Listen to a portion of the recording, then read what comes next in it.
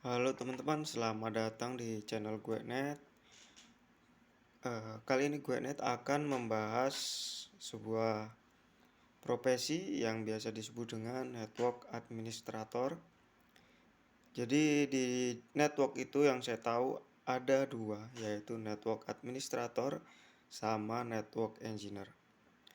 Nah, kalau di sini saya mengutip dari glints.com, glints.com ya. Ini adalah sebuah perusahaan mirip-mirip kayak di code apa ya, ini dia sepertinya di bidang training ya, kayak model-model kayak Udemy mungkin, tapi mungkin dia ini jual kursus, nggak tahu saya belum pernah ngeliat Glints, belum pernah nyoba Glints. Mungkin si Glints ini khusus untuk apa ini, kalau kita lihat, saya bukan endorse ya, saya cuman ngeliat aja. Oh, jadi dia itu untuk programmer ya. Saya lihat websitenya, dia untuk programmer. Nah, itu si Glints itu yang jelas itu Glints untuk pelatihan-pelatihan untuk IT gitu. Nah, di Glints itu saya lihat network administrator adalah sebuah profesi yang berperan dalam mengatur perusahaan jaringan. Jadi sebuah perusahaan atau sebuah instansi itu memiliki jaringan internet yang perlu dipelihara gitu. Itulah fungsinya network administrator. Karena jaringan itu mungkin bandwidthnya terbatas atau mungkin ada rule-rule tertentu, tapi rule-rule yang buat itu adalah network engineer. Berbeda dengan network administrator. Jadi network administrator itu orang yang bertanggung jawab memelihara sistem jaringan gitu. Jadi dia itu memelihara sistem gitu. Memelihara jaringan yang sudah ada, itu network administrator. Tanggung jawab umumnya network administrator ini menurut Glints ya, yaitu untuk mengawasi sistem komunikasi agar tetap berjalan lancar, seperti itu. Jadi dia ngawasin, terus manage supaya network yang berada di tanggung jawabnya itu lancar dan dapat digunakan dengan baik, seperti itu. Jadi tugasnya network administrator itu memastikan jaringan internet di instansi atau di tempat dia bekerja atau di tempat dia memegang jaringan itu lancar, seperti itu. Nah, ini beberapa penjelasan dari tugas dan tanggung jawab network administrator dari glints.com, yaitu memberi pengawasan teknis pada wide area network, termasuk perencanaan, implementasi, pemeliharaan, dan pemecahan masalah. Jadi dia hanya mengawasi teknis ya. Dari perencanaan, direncanakan dulu, diimplementasi, dipelihara, dan jika ada trouble dia ikut membantu dalam memecahkan masalah. Siapa yang merancang, merencanakan, mengimplementasi, yaitu network engineer. Nah, network administrator itu hanya memberi masukan seperti itu. Jadi saling berkolaborasi. Kalau saya tangkapnya seperti itu. Mempersiapkan dan memelihara dokumentasi itu. Jadi dia itu mendata kabel-kabel, mendata letak-letak alat, mendata, menginventarisir perangkat-perangkat jaringan, seperti itu ya. Terus merancang dan mengelola infrastruktur nirkabel dan sistem pendukung. Merancang dan mengelola berarti dia juga termasuk engineer juga ya, karena dia merancang juga. Merancang dan mengelola infrastruktur nirkabel. Jadi nirkabel itu jaringan tanpa kabel, contohnya wireless atau wifi atau hotspot. Pokoknya yang nggak ada kabelnya itu dirancang dan dipelihara oleh network administrator. Terus network administrator itu karena dia yang memegang jaringan, pasti dia yang tahu keadaan jaringannya gimana, bandwidth-nya berapa kepakainya, terus tempat-tempat atau alat-alat yang perlu diganti, itu network administrator harus tahu itu. Jadi dia nanti bisa merekomendasikan jika ada peningkatan penggunaan bandwidth. Gitu. Terus memberikan pelatihan untuk anggota tim jika ada perangkat keras atau perangkat lunak yang baru. Jadi network administrator itu jika ada alat baru, dia harus paling pertama untuk mengerti spesifikasinya, terus bagaimana cara pakainya, karakteristiknya gimana, itu dikasih tahu. Jadi dia harus memberitahu orang-orang yang tidak tahu. Itu tugas network administrator. Mungkin orang yang nggak tahu itu pengguna, mungkin bisa kita masang perangkat baru, terus cara pakainya gimana, passwordnya apa. Jadi itu kita harus memberikan pengetahuan kepada pengguna tentang alat-alat yang baru itu. Terus melakukan riset dan merekomendasikan pendekatan untuk tugas sistem administrator. Berarti ada entitas baru yaitu sistem administrator. Sistem administrator itu orang yang mengawasi sistem. Kalau network orang yang mengawasi jaringan. Nah, kalau sistem berarti dia mengawasi sistem. Yaitu dia riset dan melakukan pendekatan. Mungkin si network administrator itu memberitahu si sistem administrator sehingga mereka bisa berkolaborasi jadi antara sistem dan jaringan dari layer application ke layer apa ya, network tuh masuknya layer apa, masuk ke lapisan transfer mungkin ya. Jadi antara aplikasi sama network itu bisa saling berkolaborasi sehingga menciptakan sistem yang baik, mungkin seperti itu ya. Terus menganalisis dan memantau keamanan server dan perbaikan untuk mengatasi ancaman keamanan. Mungkin ada denial of service, itu si network administrator harus tahu, dianalisa. Mungkin ada juga malware yang terinstall di komputer pengguna, itu harus diblokir, mungkin seperti itu. Sama si network administrator, blokir port yang mungkin dipakai oleh malware dalam melakukan kegiatan. Misalnya malware itu melakukan kegiatan email pakai port 25 biasanya. Jadi ada komputer pengguna yang terinfeksi malware, di mana malware tersebut mengirimkan log via email mungkin. Jadi si network administrator tuh harus tahu gitu, sehingga dia bisa mengamankan jaringannya seperti itu. Jadi selain memanage bandwidth, selain memanage alat, network administrator juga harus memanage security pada jaringannya. Nah, si network administrator juga harus menyediakan perangkat keras dan sistem operasi untuk menunjang sistem komputer perusahaan. Berarti si network administrator itu masih ngurusin OS dari perusahaan, menyediakan perangkat keras dan sistem operasi.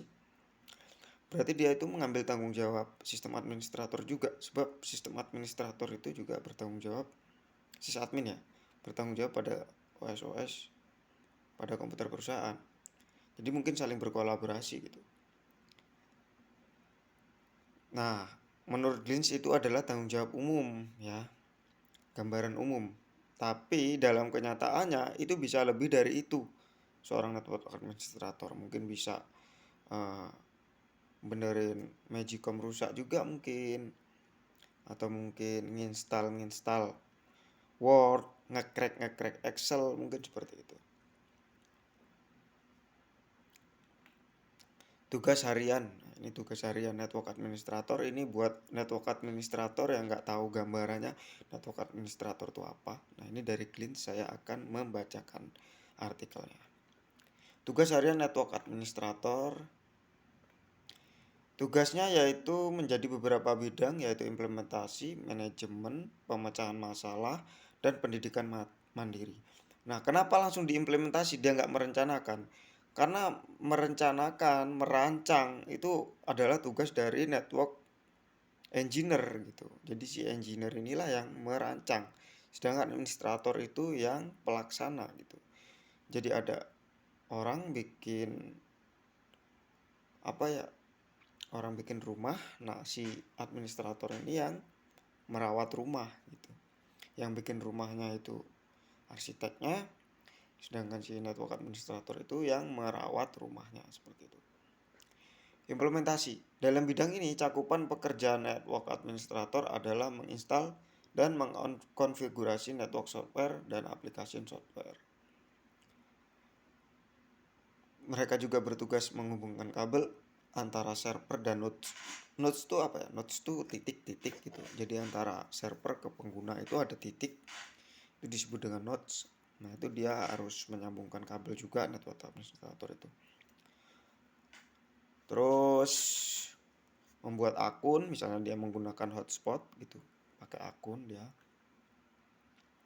Menginstal wireless transmitter dan receiver, jadi point to point, jadi ada wireless yang nembak, ada wireless yang nerima.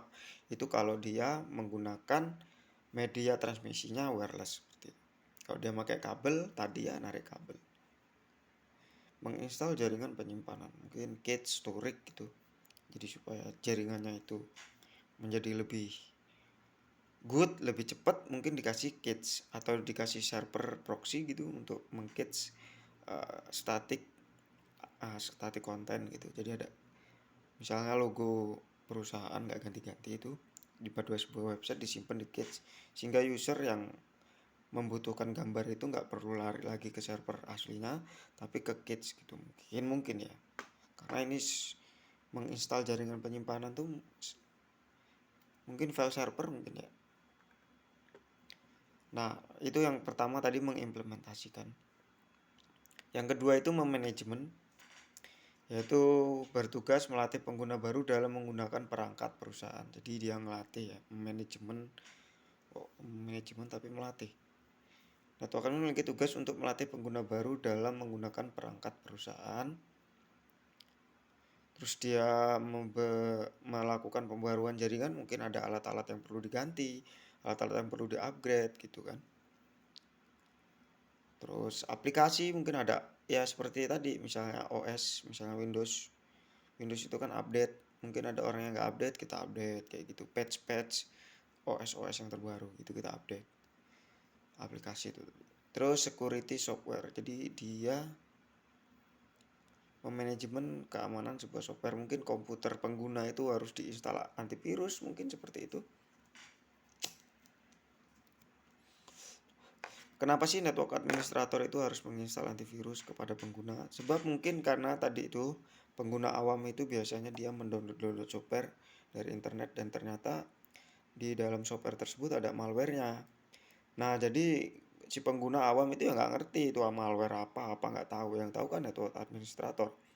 Ketika network administrator ngelihat tadi kan dia mantau jaringan tuh, ternyata ketika dipantau itu ada komputer itu ada malware-nya, misalnya melakukan pengiriman log ke port 25 tadi kan bisa dilihat gitu paketnya apa, misalnya dia pakai Wireshark gitu kan, dia ngeliat oh komputer ini kok dia ngirim ini ya log ya, ngirim log komputer, misalnya keyboard log itu dikirim lewat port 25 gitu. Si network administrator tuh tahu oh ternyata komputer ini tuh ada lognya, ada malwarenya. Nah, nanti si network administrator itu datanglah ke komputernya si orang itu untuk menginstalkan antivirus, seperti itu. Memelihara akun pengguna dan hak akses, mungkin kalau misalnya kalian tahu file server, mungkin ada orang yang boleh create, read, update, delete. Mungkin ada yang cuman boleh create, boleh lihat aja, ada orang yang read, write. Jadi ada orang yang bisa ngelihat, ada orang yang bisa ngelihat dan menulis, bisa melihat dan edit kayak gitu ya. Dia melakukan otorisasi juga. Misalnya nih orang tugasnya cuma bisa ngelihat aja, bisa download aja, nggak bisa nambahin kayak gitu mungkin. Soalnya ini hak akses kan.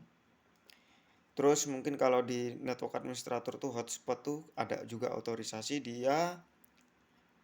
Kan kalau autentikasi kan udah saya beda, autentikasi sama otorisasi kan sudah saya jelaskan di video yang kemarin. Jadi autentikasi itu pencocokan username dan password. Nah, kalau otorisasi itu hak akses ya. Jadi orang masuk ke hotspot, misalnya dia pengguna biasa, pengguna bisnis, pengguna premium atau gimana. Jadi kalau biasa itu speednya sekian, terus bisnis speednya sekian, premium sekian kayak gitu. Staff biasa speednya sekian, terus kalau dia owner perusahaan speednya sekian kayak gitu ya. Jadi dia itu juga menentukan hak akses atau mengautorisasi pengguna pada jaringannya. Profesi juga mengharuskan melakukan tes dan backup terjadwal serta menulis dokumentasi dari pengguna. Mungkin yang di backup itu apa ya? Mungkin membackup file kan karena tadi memegang file server, manage server file, mungkin harus membackup server file ke mana, mungkin ke cloud mungkin atau kemana, ya kan? Terus yang ketiga yaitu pemecahan masalah. Network engineer juga harus bisa memecahkan masalah pada jaringannya. Misalnya ada trouble, ya kan? Terus menanggapi laporan pengguna. Jadi misalnya pengguna, Pak, di sini internetnya lemot, atau Pak, di sini internetnya mati gitu. Mungkin kalau misalnya internetnya mati, mungkin ada perangkat yang rusak atau bagaimana. Tapi kalau misalnya bandwidth habis, nah di situ tadi tugasnya si network administrator untuk melatih pengguna. Jadi ngasih tahu pengguna bahwasanya di sini bandwidthnya habis, Pak. Jadi perlu ditambah seperti itu. Makanya dia tahu lah bandwidth itu berapa segala macam. Jadi dia bisa ngerti network ini sebenarnya dengan kapasitas, dengan beban sekarang itu butuh berapa gitu. Network administrator harus tahu, sehingga masalah bandwidth tadi bisa teratasi ya, karena tugas dia memecahkan masalah. Selain bandwidth mungkin dia harus memanajemen user. Jadi misalnya bandwidth besar tapi manajemen jaringannya jelek, itu juga bisa menjadi masalah. Jadi biasanya kecepatan, misalnya secara umum aja, secara gambaran mudah, misalnya ada sebuah perusahaan punya bandwidth 10 MB, ternyata di dalam bandwidth 10 MB itu dipakai oleh 5 orang, dan satu orang itu sangat rajin mendownload film dengan internet download manager gitu. Nah, itu dipecahin masalahnya yaitu dengan memanajemen bandwidthnya. Itu bukan langsung ditambah aja, tapi di manajemen dulu. Kalau bandwidthnya besar tapi manajemennya jelek juga nggak bagus. Jadi pemecahan masalah itu berdasarkan dari kasus-kasus. Misalnya kayak tadi kena malware, jadi dipecahin masalahnya gimana, ya diinstal software antivirus kayak gitu. Jadi dia harus mengidentifikasi masalah, terus mencari solusi dari masalah itu gitu, yang paling sesuai solusinya, sesuai dengan masalah yang telah diidentifikasi. Terus ada di sini pendidikan mandiri, yaitu self education, yaitu riset untuk upgrade software dan hardware yang diperlukan. Jadi network administrator itu kan setelah menganalisis, dia harus mempelajari dari hasil analisanya itu, di riset atau diteliti gitu. Jadi dia bisa melakukan improvisasi sehingga jaringan itu bisa lebih baik lagi seperti itu. Misalnya bandwidth besar tapi perangkatnya kok sederhana kayak gitu. Jadi kan misalnya bandwidth 100 MB tapi pakai access point yang bandwidth kecepatannya cuma maksimal 30 MB.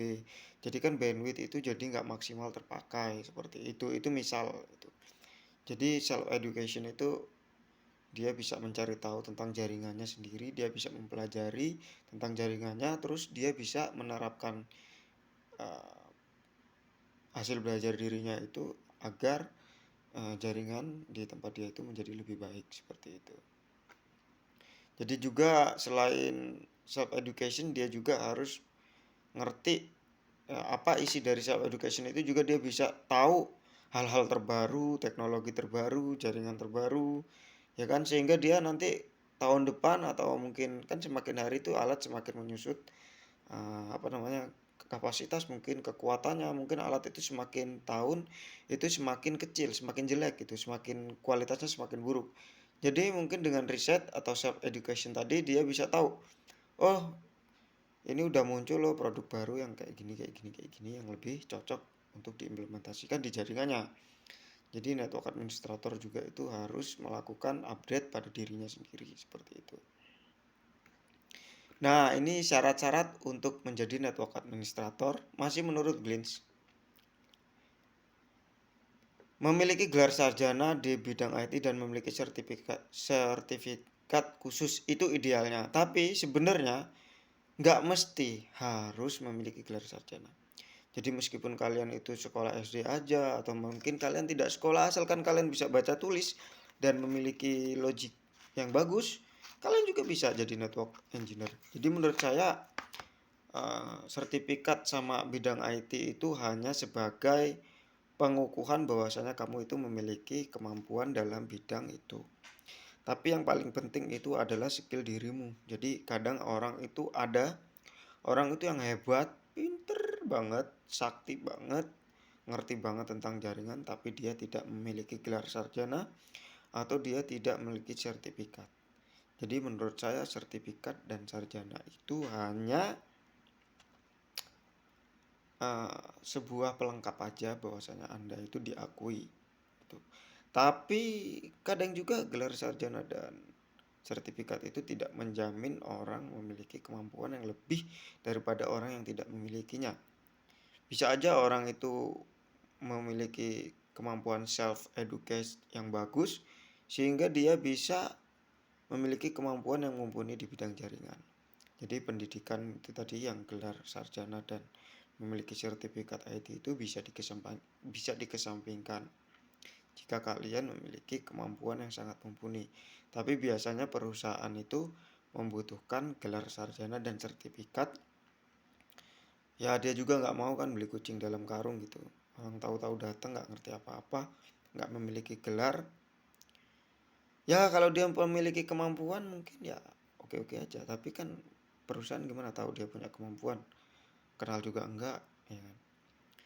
Kecuali dia udah praktisi lama, memiliki jam terbang tinggi dan namanya sudah terkenal mungkin, pengalamannya sudah banyak mungkin. Jadi nggak perlu gelar sarjana, perusahaan udah tahu dia keren gitu. Terus di sini kan tadi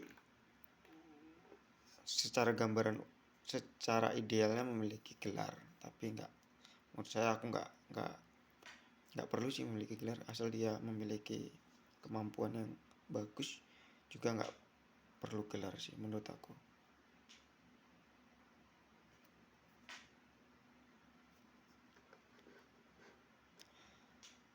Terus dijelaskan di sini pendidikan ya, dijelaskan oleh American International University. Menjadi network administrator itu setidaknya memiliki gelar sarjana dalam bidang ilmu komputer atau teknologi informasi. Menurut Universitas American Intercontinental University itu tadi, dia bilang harus punya gelar sarjana dan teknologi komputer. Seorang lulusan jurusan tersebut tentunya sudah memiliki dasar ilmu untuk mengerjakan tugas. Nah, jadi perusahaan itu cuman kalau anak ini emang sudah sarjana, berarti dia diasumsikan memiliki kemampuan dasar dalam mengerjakan tugas dari network administrator seperti itu. Jadi perusahaan itu ngelihatnya dari ijazah itu, ini udah gelar sarjana berarti dia sudah tahulah gitu loh. Jadi padahal belum tentu kan dia tahu seperti itu. Makanya perusahaan umumnya itu lebih memilih kandidat yang memiliki gelar di bidang IT. Karena paling tidak itu orang yang sudah bergelar sarjana itu ya sebenarnya harus tahu tugas network administrator itu apa. Dan sertifikasi juga ya. Jadi selain dilihat dari latar belakang pendidikan, perusahaan juga ingin tahu apakah kandidat memiliki sertifikat yang relevan dalam bidang ini. Jadi kalau dia mau jadi network administrator, dia misalnya harus punya sertifikat CCNA atau MTCNA atau NSE, Network Security Engineer. Mungkin kalau dia bidang security, terus dia bisa CompTIA A+, dan lain sebagainya lah. Pokoknya yang berhubungan dengan network, CompTIA Network, gitu-gitu. Terus CCNA dari Cisco. Pokoknya terserah, pokoknya sertifikasi di bidang jaringan internet atau di bagian jaringan network. MTCNA, MTCRE mungkin. Yang jelas sertifikat tadi seenggaknya menunjukkan bahwasanya orang tersebut pernah dilatih atau pernah mengikuti pelatihan sebagai network administrator. Terus skill yang dibutuhin. kan. Kemampuan teknis dari administrator didapat dari pendidikan, akademis, sertifikasi, self-educate, dan lain sebagainya mungkin. Namun ada beberapa soft skill yang perlu dikuasai dan tak kalah pentingnya untuk menunjang karir dari network administrator, yaitu problem solving, yaitu harus tahu problem solving, jadi bisa menganalisis masalah, terus mencari solusi dari masalah tersebut, ya kan, sehingga dia itu memiliki skill menganalisa dan mencari solusi dari masalah tersebut. Terus berpikir kritis. Nah, dari melakukan problem solving itu ya harus berpikir kritis gitu kan. Tanpa kemampuan berpikir kritis nanti dia akan sulit melakukan pertimbangan dan mencari kemungkinan-kemungkinan solusi dari sebuah masalah. Kemampuan berpikir kritis juga akan mempermudah untuk mencari solusi yang paling efektif dalam menghadapi suatu masalah di pekerjaan. Seperti itu ya. Jadi berpikir kritis itu mempermudah untuk mencari solusi dalam menghadapi suatu masalah. Jadi kalau dia memiliki pikiran kritis, oh kenapa sih kok ini begini, kenapa kok ini begini, kenapa harus begini. Nah itu harus punya dia supaya menjadi network administrator yang mantap seperti itu. Network administrator juga kan berhubungan dengan pengguna, jadi dia juga harus memiliki kemampuan komunikasi ya. Di sini yang ketiga itu memiliki kemampuan komunikasi. Ya, sehingga dia itu bisa menyampaikan masalah kepada pengguna. Jadi pengguna itu yang awam itu bisa dijelasin gimana cara pakainya, gimana masalah apa yang sedang jadi biasanya itu pengguna nanya, "Mas, ini kenapa sih kok kayak gini?" Nah, itu si network administrator itu bisa memberikan penjelasan kepada pengguna tersebut. Terus yang keempat itu reading comprehension. Reading comprehension atau memahami bacaan. Rupanya juga harus dikuasai dengan baik oleh setiap network administrator. Membantu memecahkan masalah jaringan yang terjadi di perusahaan. Dalam mencari solusi yang paling efektif yaitu membaca instruksi dari dokumentasi. Jadi dia harus pintar membaca, memahami dari penjelasan-penjelasan dokumentasi. Jadi dia harus pintar menyimpulkan, dia harus menyimpulkan dengan baik dokumentasi yang telah diberikan oleh perangkat atau jaringan-jaringan atau software. Mungkin dia harus pintar mengetahui dokumentasi, gimana cara pakai alatnya, gimana cara menjalankan alatnya, gimana alat ini bekerja, itu kan biasanya ada di dokumentasi. Nah, si network engineer tuh harus memiliki kemampuan dalam membaca seperti itu, mengerti lah, bisa dia mengikuti kompre lah segala macam, pintar dalam membaca, pintar dalam memahami sebuah bacaan seperti itu. Jadi demikian aja penjelasan dari pekerjaan network administrator, mulai dari tugas, tanggung jawab, dan skill yang dibutuhkan dari network administrator. Dan ini admin baca dari glints.com. Nanti saya akan memberikan linknya di bawah. Dan mohon maaf apabila penyampaian saya kurang jelas.